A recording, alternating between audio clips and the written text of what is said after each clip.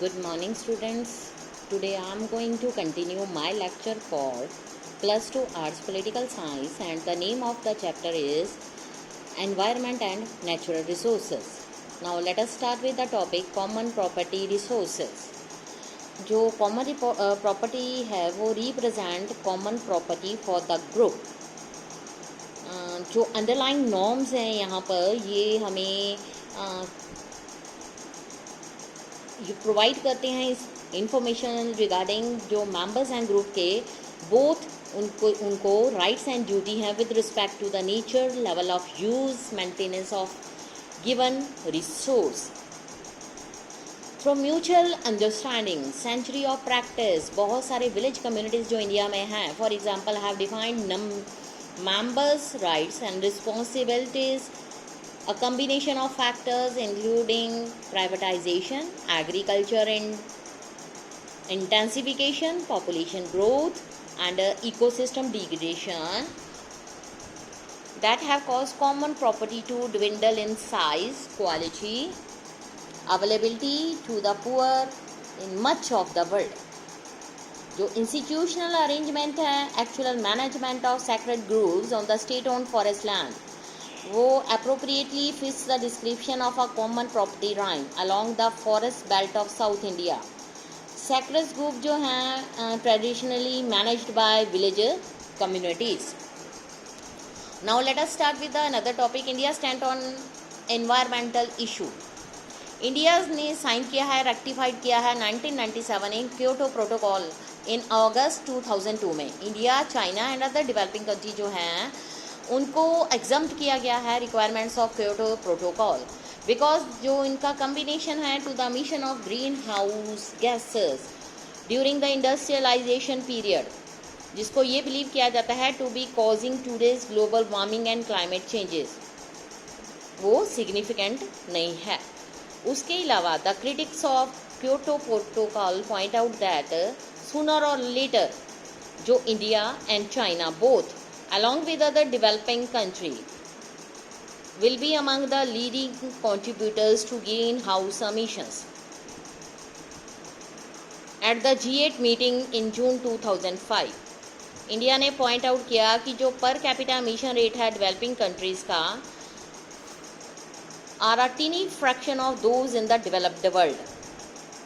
उसके बाद following the principle of common but differentiate responsibility, India is of the view that the major responsibility of curbing emission rests with the developed country which have accumulated emissions over a long period of time. India जो है उसने international negotiating positions rallies में heavily on principles of historical responsibility as enshrined in UNFCCC. This acknowledges that जो developed countries हैं are responsible for most historical and current greenhouse gas emissions, और वो emphasize करती हैं economic and social development that are the first and overriding priorities of the developing country parties.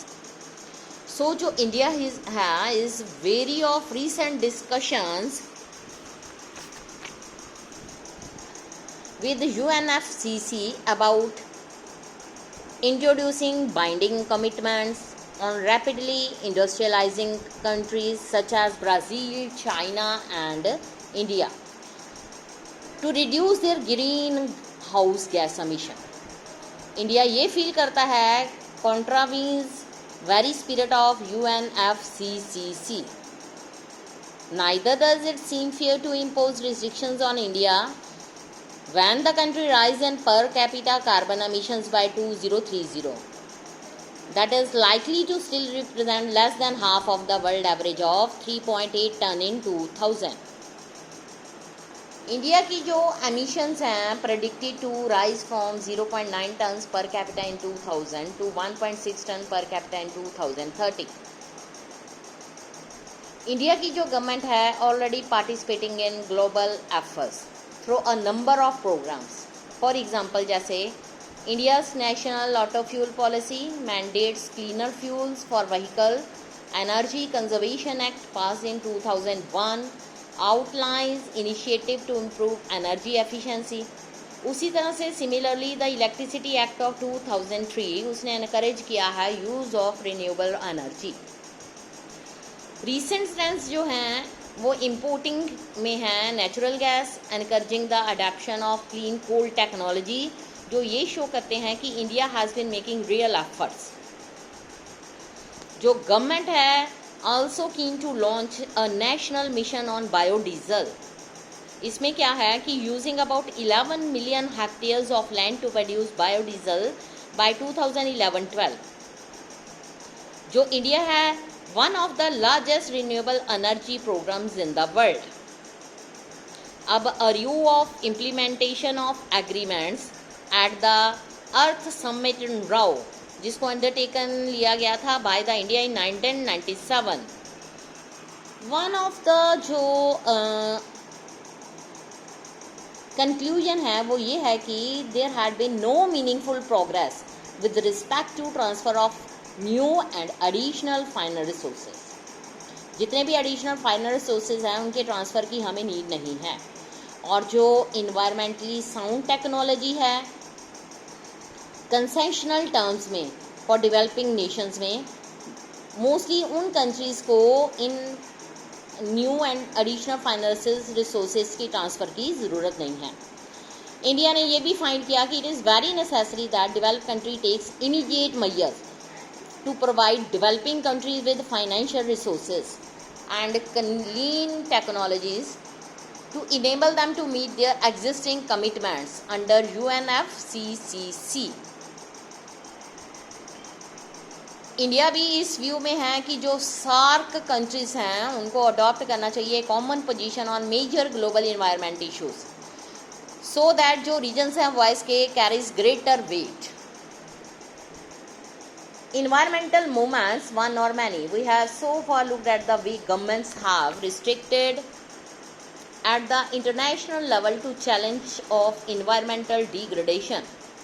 लेकिन उसमें से कुछ मोस्ट सिग्निफिकेंट रिस्पॉन्सेज हैं जो this challenge have come not from the governments but ये आए हैं from the groups of environment conscious voluntaries working in different parts of the world.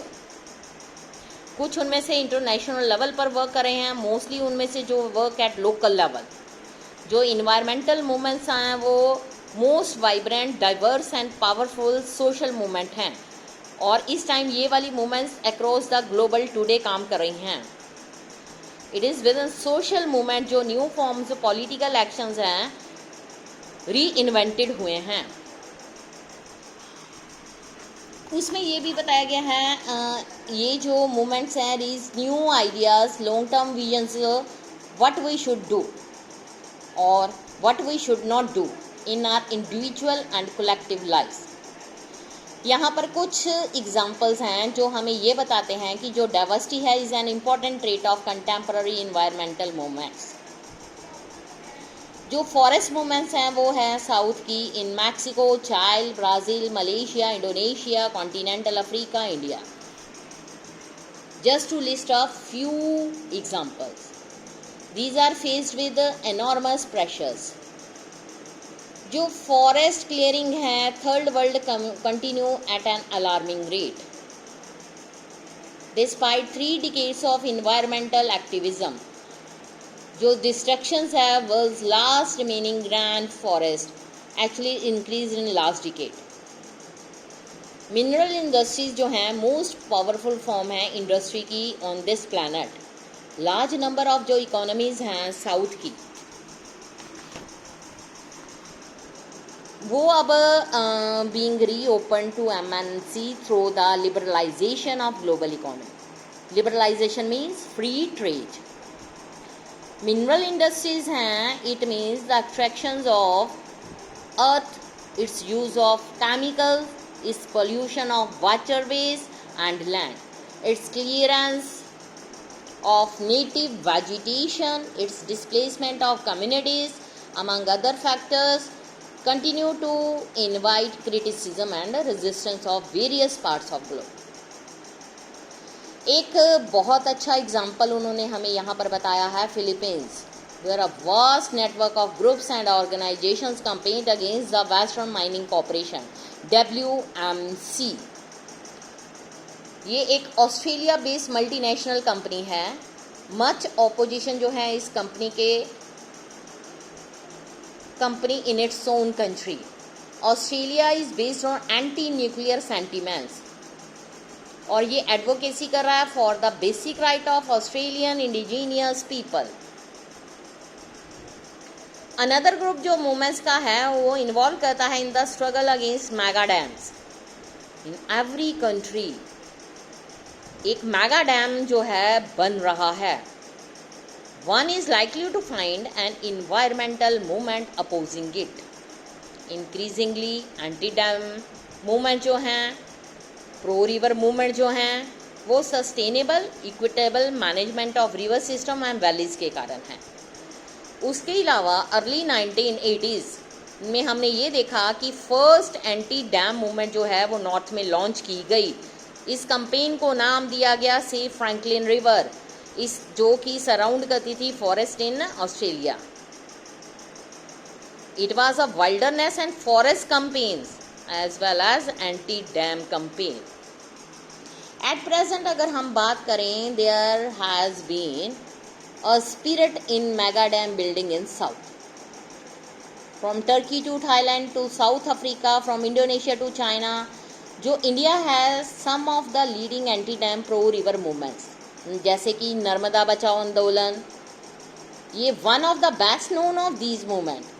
So it is significant to note that in anti dam and other environmental movement, India is the most important share idea is in non violence. ये यहीं पर मैं ख़त्म करती हूँ. उसके बाद हम कल अपना स्टार्ट करेंगे resource geopolitics. Thank you students.